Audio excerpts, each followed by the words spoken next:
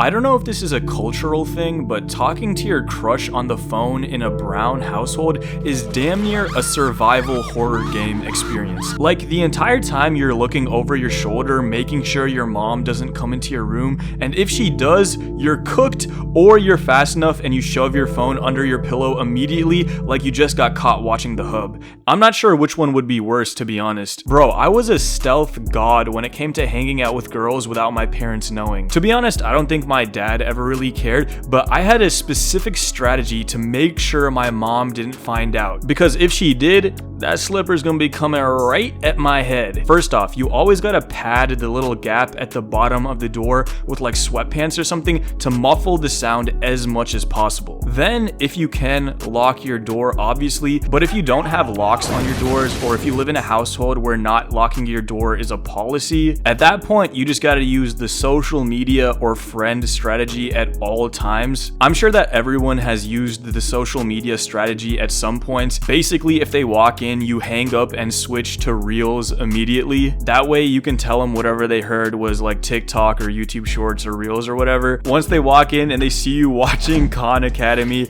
they're gonna forget about whatever they thought they heard. That usually works, but the friend strategy is also pretty effective. Basically, notify one of your friends before you hop on the call with the huzz, and then if your parents walk in, you just immediately switch calls to your friend, and hopefully they'll pick up immediately because they know that you're on a mission. And that's an instant cover. Like, even if they thought they heard a girl's voice, once they see your friend on FaceTime, they're gonna immediately lose all suspicion and just say hi and have some small talk with your friend, and everything will get immediately wiped over. Usually I wouldn't have to go to these extents, because once I heard the footsteps coming up the stairs, I would hang up immediately. It was wraps on the call. But even then, I would push my limits from time to time. Like, I remember back during my freshman year of high school, I used to play these mini games within Snapchat. Apparently these got discontinued, but I actually had a lot of fun whenever I played them, and I would frequently play them with whatever girl I was talking to at the time. I actually remember,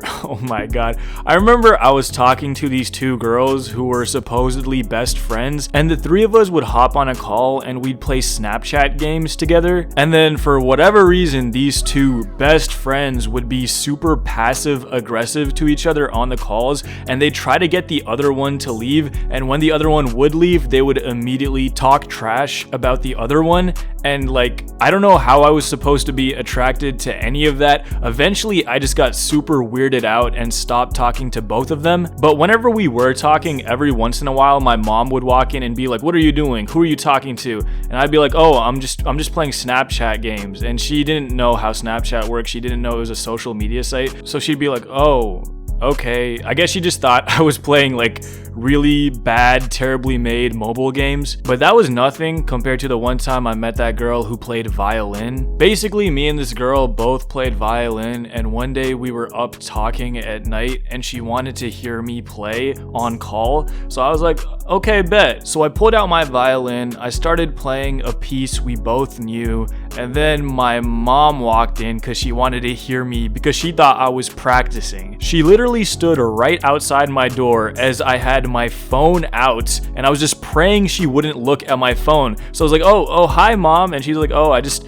wanted to hear you play." So I kept playing, and I was praying the girl didn't speak, and eventually after like 5 minutes my mom left, and I had the biggest sigh of relief of my life, and I just thanked the girl. I'm like, "Thank you for not talking," and she's like, "Nah, I understand, my parents are the same way." I wonder what she's up to today. I haven't seen her since I was like 14. I used to mess up my sleep schedule so much because I would wait for my parents to go to sleep before I hopped on a call with a girl. I mean, you can probably relate, but I used to be up till 3 a.m. on a call in high school and then have to wake up at 7:30 to catch my bus. I honestly have zero clue how I survived with that sleep schedule in high school. There's the stereotype that college students have messed up sleep schedules, but honestly, I sleep great now because I'm pretty much on my own schedule. In high school, I had to be in school by 9 a.m., so I had to wake up super early no matter how late I slept. Then, I started falling asleep in class, and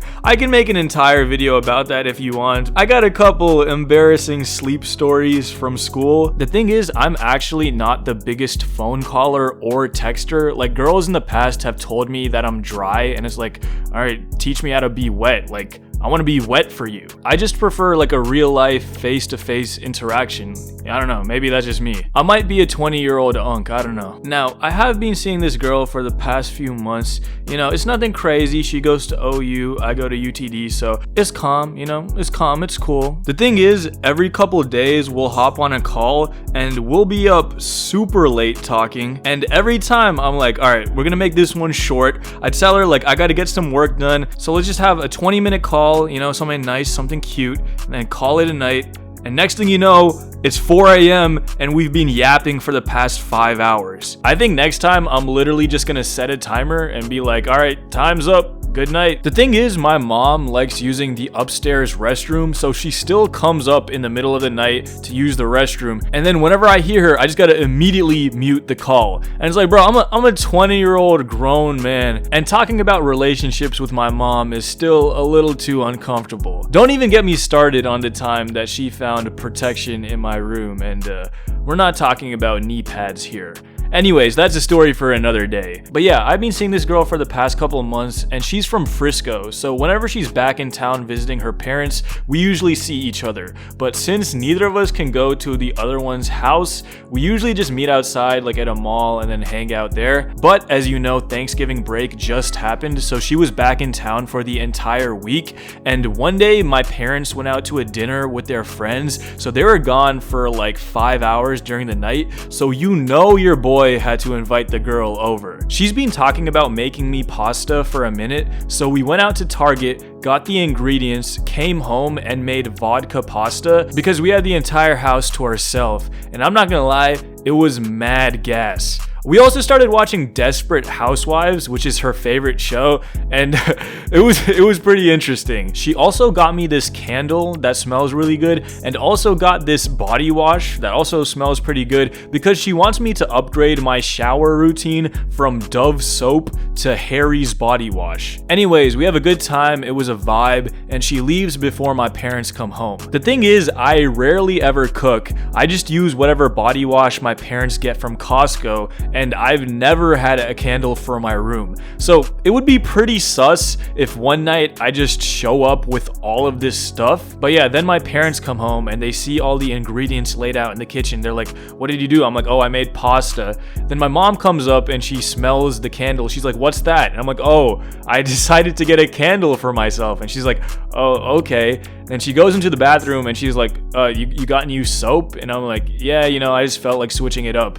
And either she's completely oblivious or she's aware of what's going on and doesn't care at this point, because she saw all of that stuff and was just like, huh, okay, and then moved on. Let me know what you think of that situation in the comments. I'm interested to see what you think. Anyways, follow me on Instagram. I'll be back very soon.